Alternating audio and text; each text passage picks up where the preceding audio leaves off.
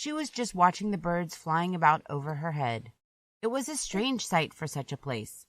If someone wasn't working, they usually went away to get some rest elsewhere. And this girl was openly slacking off and no one even approached her. Elijah was intrigued, so he headed to the girl to ask her if she would help him and be his guide.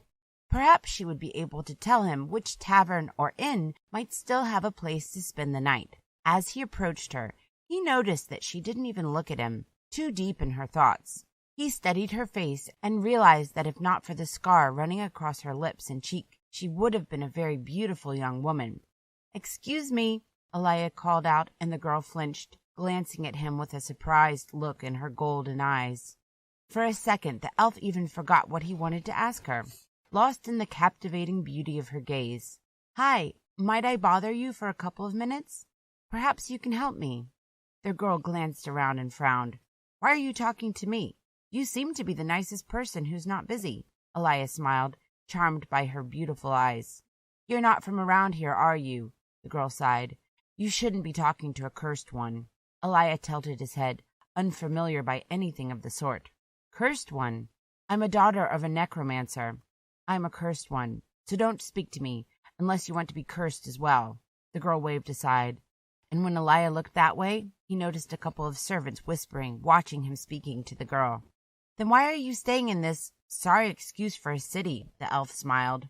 The girl chuckled, then burst out laughing. She took her time calming down before answering. "And where would I go, elf? At least here I can steal enough food, because people ignore me most of the time and don't want to do anything with me." "Anywhere. There are so many places where no one would even know who you are." For a moment the girl froze, as if thinking about his words, then smiled. "True, but I'd have to get there somehow, and I don't have any money. So, I'm a bard. We rarely have coin in our purse." Elijah took his lute and ran his long fingers over the strings, making a short toot. "But it never stops me from traveling. You're an interesting young elf. Let's make a deal. You help me find a place to rest my weary head for a few nights, and when the tournament is over, you can come with me and I'll take you anywhere you want." Elijah bowed to her. "Allow me to introduce myself. Elijah Nightingale. You can call me Ellie." "Ethel," the girl nodded in return. "Well, Ethel, how about it? Will you be my guide in this foul place?" The girl chuckled and agreed. For the next few days she showed him all around the city and entertained him with the stories he wouldn't have heard if not for the shunned girl, who was able to hear and see some things no one else would. Surprisingly, she was fun to be around, and he learned that she wasn't as easy as she seemed at first glance. By the time the tournament was over and they set out on the road, Elijah already knew how she became the one who was never spoken to and ignored by all the townsfolk. To him it was a pure strike of luck, since he found much more than he bargained for.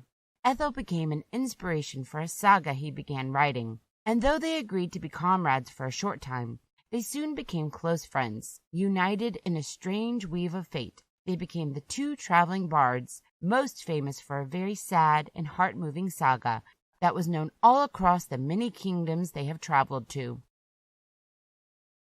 When a new planet was discovered, only a few people could grasp the significance of how relevant it would become to the human race. The first drones that sent back initial readings to one of the space stations close to Earth made a great difference in supplying the scientists with enough information about the planet that was called Hypatia. For decades, people have been flying into space either for scientific research or for simple tourism. But ever since Hypatia was discovered, it became more than just another set of coordinates. The planet's atmosphere consisted of the exact same components as Earth's, but with slightly higher levels of oxygen. As the data was processed, the scientists realized that there were no toxins or any radiation that could prevent humans from settling there.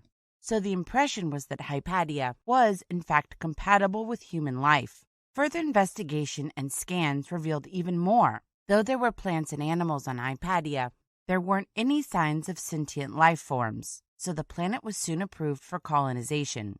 The project was costly, but as the first few spaceships set off, the International Space Exploration Association organized worldwide crowdfunding to gather the necessary funds for the gargantuan project of the future colony.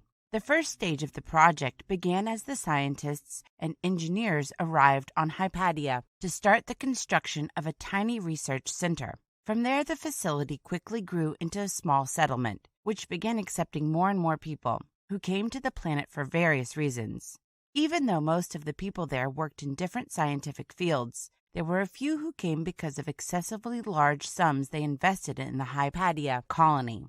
Amongst them was a bored and rich middle-aged gentleman who decided to relocate far away from Earth for the sole purpose of being one of the first pioneers to catalog the planet's variety of life and the beauty it offered.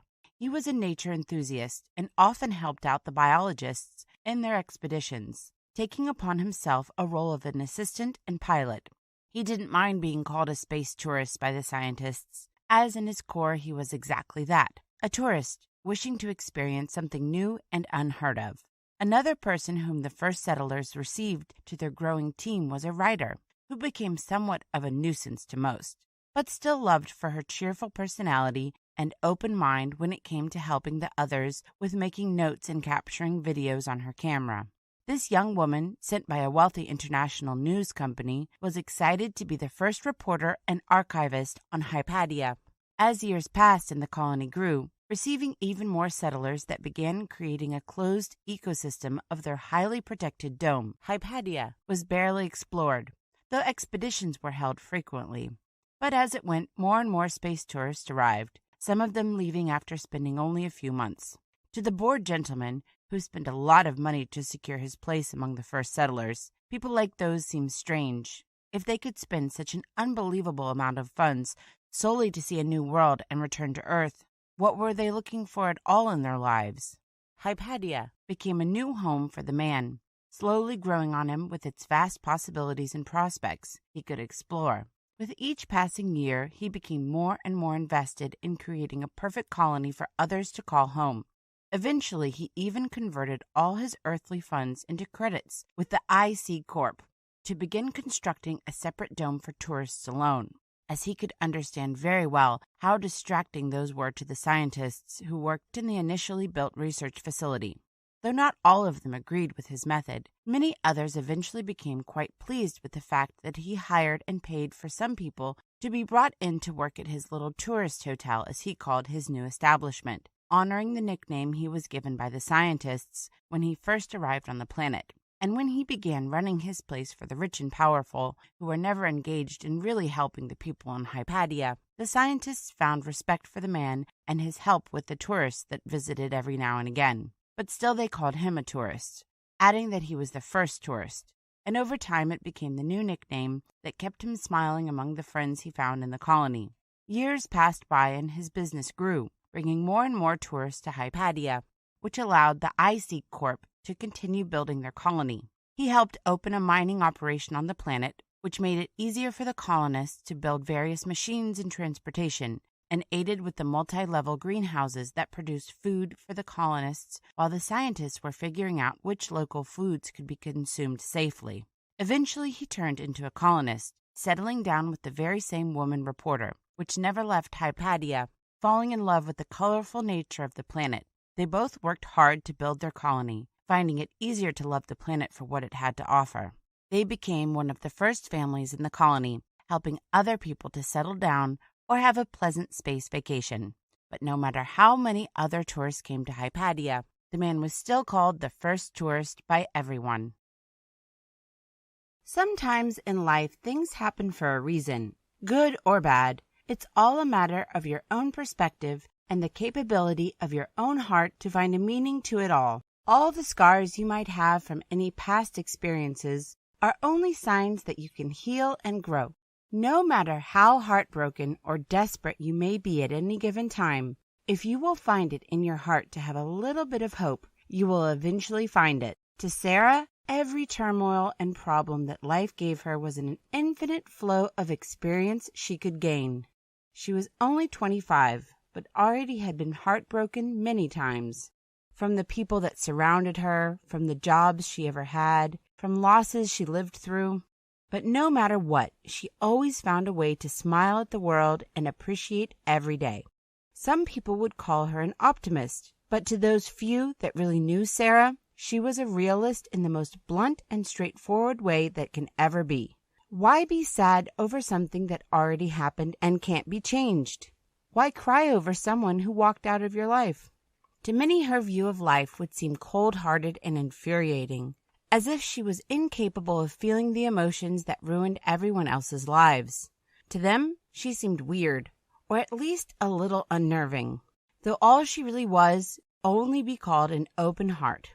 Sarah never closed herself to new acquaintances or friends she could meet in her life, so she was a very sweet and kind-hearted person. She could easily help a stranger or try to make a child smile for no reason, all because she felt there was too much sadness in the world and too many people forgot what it really meant to be alive and healthy, capable of seeing the beauty of everything around. One of her favorite spots to admire the world was a simple park bench that stood under a very old oak, which gave shade during summer, rained golden leaves in autumn. In winter it offered a great snowy view and a charming scent of blooming flowers when spring came. Whatever the weather may be, this place was always bringing a smile to Sarah's face.